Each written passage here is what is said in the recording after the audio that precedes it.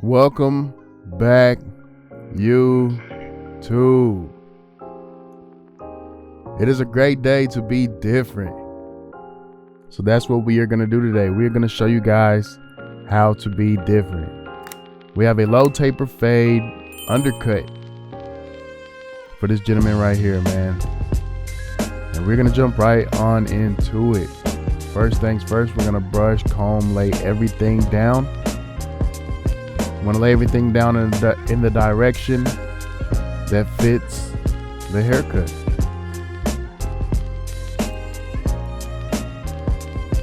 Also, that fits the growth pattern. We know which way the hair wants to lay, so that's what we're going to do. Brush everything down, lay everything down. Then we're going to start debulking. As you can see right here, we have the one guard closed. And we're going to debulk.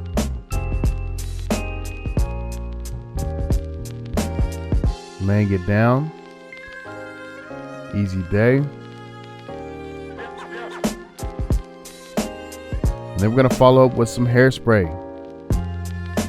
This is going to allow the edge up to freeze. So that way, whenever it is time for the lineup process, it should melt off real nice and easy.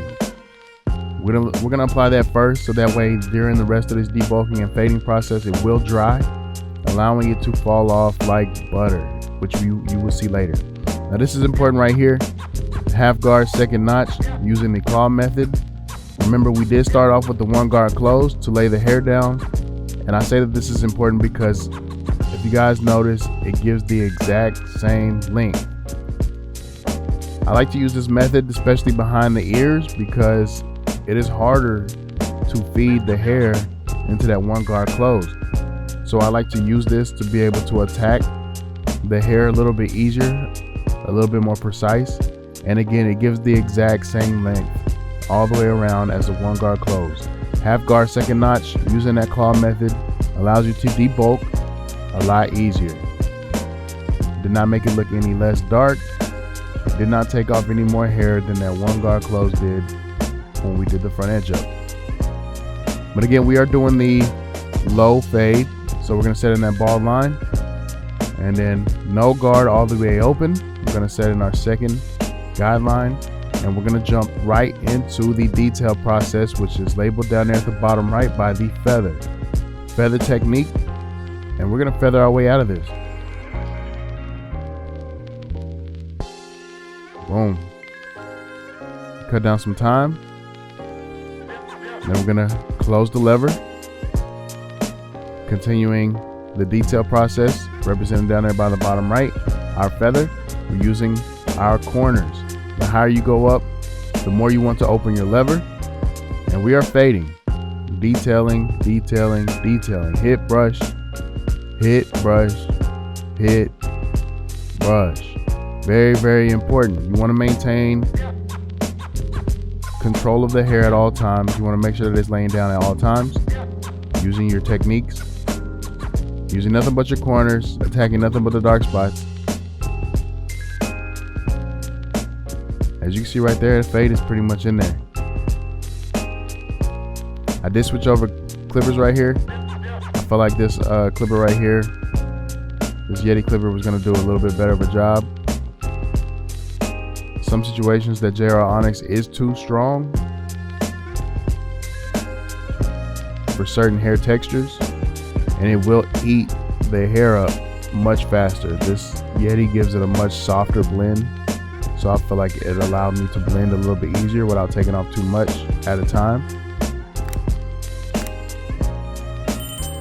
And you'll notice that right here on the other side, I do blend faster. Required a lot less time because, again, the Yeti is a little softer blend. So I was able to speed through this side a little bit faster. But here goes the other side. I'm gonna let you guys have it. It's the exact same steps. And we will be back for the edge up process.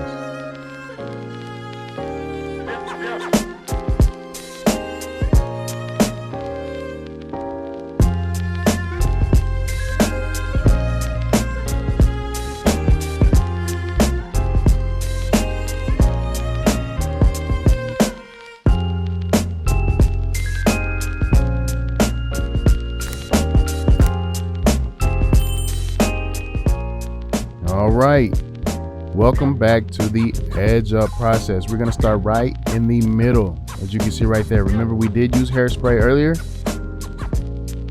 to prep for the lineup, so this is coming off with ease. Start in the middle. We're going to walk it to the left. Does not matter which side you walk to first. Me, I normally walk it to the left side simply because my station is set up that way. So I do start on the left because my station is on the right. So I'm more comfortable that way. But once we walk it to the left, we're going to start back in the middle. We're going to walk it to the right to get it to match. Tapping and going, making sure that it is even. Always using the center of the edge up as a reference point. As you can see right there, we're going to go right back in the middle, making sure that it's straight, making sure that it's even. Then we're going to move on to the vertical bar. It is a low taper, so he will be having C cups, as you will see here in a minute. We're going to attack the vertical bar first, slap some pencil on it for some contour, and then we're going to attack the C cup, as you can see right there. He does have very, very light vertical bars. So this pencil is going to allow you to create a contoured look. That way it will make certain lines pop. It's kind of like a stencil. And then we're going to follow up with some enhancements. We are now moving into the enhancement stage on this side of the edge up. I'm going to start off with a wet foundation first. It's going to allow the dry fibers to stick. Again, wet foundation first. Just going to create a foundation, and then we're going to follow right on up behind the wet foundation with the dry fibers, as you can see right here. Now the dry fibers will stick to the wet enhancements and it will fill in better. Gets rid of that wet shiny look that the wet enhancements do leave behind. Very, very important for pictures, and also very important for videos like this. As you can see, it gives it a much more natural look, in my opinion. Then we're going to hit them with some hot sauce. It's going to allow me to push that pencil over, as you can see right there, beautifully. Also allows me to clean up any overspray of the wet or dry enhancements. I try not to push that pencil over with the trimmers on the C cup because it is a much more sensitive area. So as you can see right here, I will clean up whatever I do not like with a Q-tip. We're just going to mop it up, make sure that the Q-tip is wet. And we're going to clean up whatever pencil we do not like. Boom. Makes it look a lot more neater, a lot more nicer. Clean up any overspray if we need to. And you can see how beautiful that C cup came in. A nice and enhanced pencil. Does have that razor blade effect without having to use a razor. We're going to punch in that corner, make sure it's nice and smooth. Yes, sir. And you guys can see how much of a difference that corner on a vertical bar and C cup look, how much lighter one side is and how much of a difference the enhancements made on the other side. Very, very important. I think it's very important to have tools and enhancements, whatever you guys need, to create a full edge up. Everybody doesn't come in with a full edge up all the way around. We're gonna do the same thing on the other side. We're gonna attack the vertical bar, punch in that C cup. Even though it is very, very light, we're gonna maintain its fullness as much as possible. Then we're gonna follow up with the pencil, create some contour. Moving back into the enhancement stage, we're going to start off with a wet foundation first. Fill that in, and then we're going to follow right on up with the dry fibers. Wet enhancements allows the dry fibers to stick, and the dry fibers get rid of that wet, shiny look and creates a much more natural appeal, in my opinion. You guys let me know what you think in the comments, man, of these enhancements. I'd like to know which enhancements you guys use, what enhancements you guys would recommend, or if you don't use enhancements at all. Me, I personally like them, but it is a personal opinion. We're gonna slap some hot sauce on them. It's gonna allow me to push that pencil over, as you can see right there, real nice and smooth.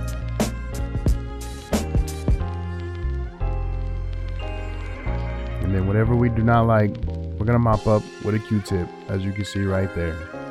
Clean. Details matter. Details matter. It's got to be nice and neat. The cleaner the better, in my opinion. And here you guys go. You can get a better look at what the enhancements did to both. Easy day. And here goes the back. Not much more different than the sides, but here it goes, so you guys know that I didn't skip it. And we will be back for the finished product.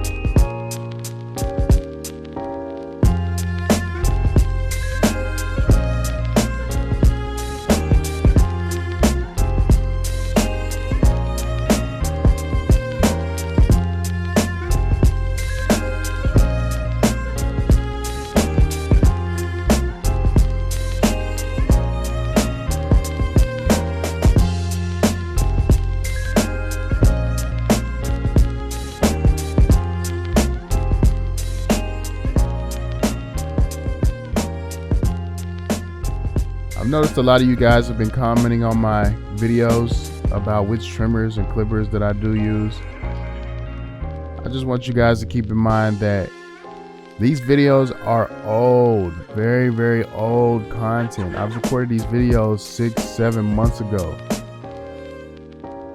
So what I am actually currently doing, what I am actually currently using on my station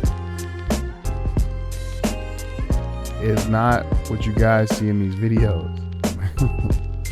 Unless I'm doing a review on a clipper or trimmer, that may be the most current things that I am using. But when it comes to these tutorials on haircuts, these are very old videos. I had to get a lot of content in order to continue to post. So some of these videos I recorded half a year ago. So don't focus too much on what tools I am using. What you guys can do is comment what tools you guys would like to see me use or do reviews on. You can leave a comment on what tools you are using or whatever you guys are interested in. Go ahead and leave a comment. Let me know what it is that you guys would like to see me use on any of these videos, or at least in the future. Yes, sir. But we're going to give him the mirror. He's going to take a look at himself. We're going to give the nod of approval. And you guys remember what he came in looking like. Yes, sir. You guys remember. What'd he come to do? He came to be different. Yes, sir. Yes, sir. That is different. Sheesh. Appreciate you guys for staying tuned. Don't forget to like, share, subscribe, comment. Do whatever you guys got to do to keep me on your timeline, man. It is crispy. And that is crispy. We out of here. Peace.